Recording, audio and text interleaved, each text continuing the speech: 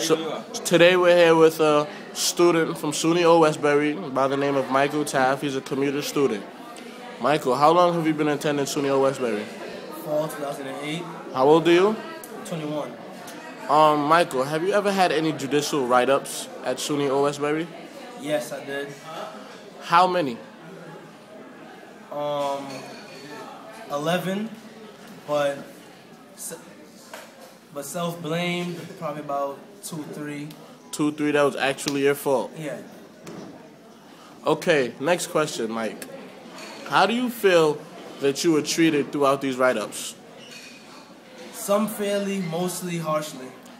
And harshly. Could you please elaborate on why you feel they were harsh? Some of the punishments I believe were a little, too far, going too far.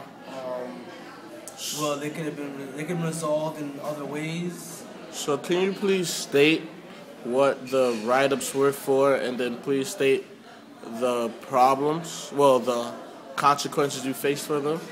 Most write-ups were about being wrong at the wrong time, and that usually resolved in, as a write-up, and then they all add up.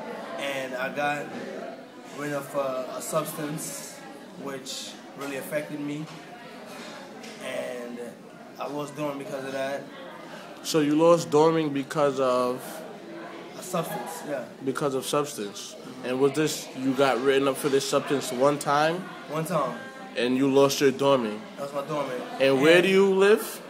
I live in Brooklyn. So they forced you to commute from Brooklyn, New York?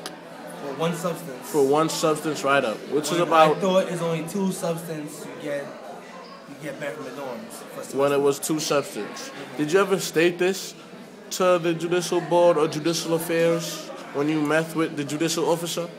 No, because I didn't want him to probably make the punishment any more severe. So I just kept it as it was. I have a question. How was his response when you met with him for these write-ups? He was more, he was cool, laid back, but at the same time, still on a punishment which I feel was kind of harsh. Do you feel that there's anything that should be changed about the school's judicial policies? Well, I believe that after you get written up, after a whole academic year, your slate should be clean, or, at least like start over. So these 11 write-ups were from since your first year here? No, they were all sophomore. All your sophomore year, and you are currently in your...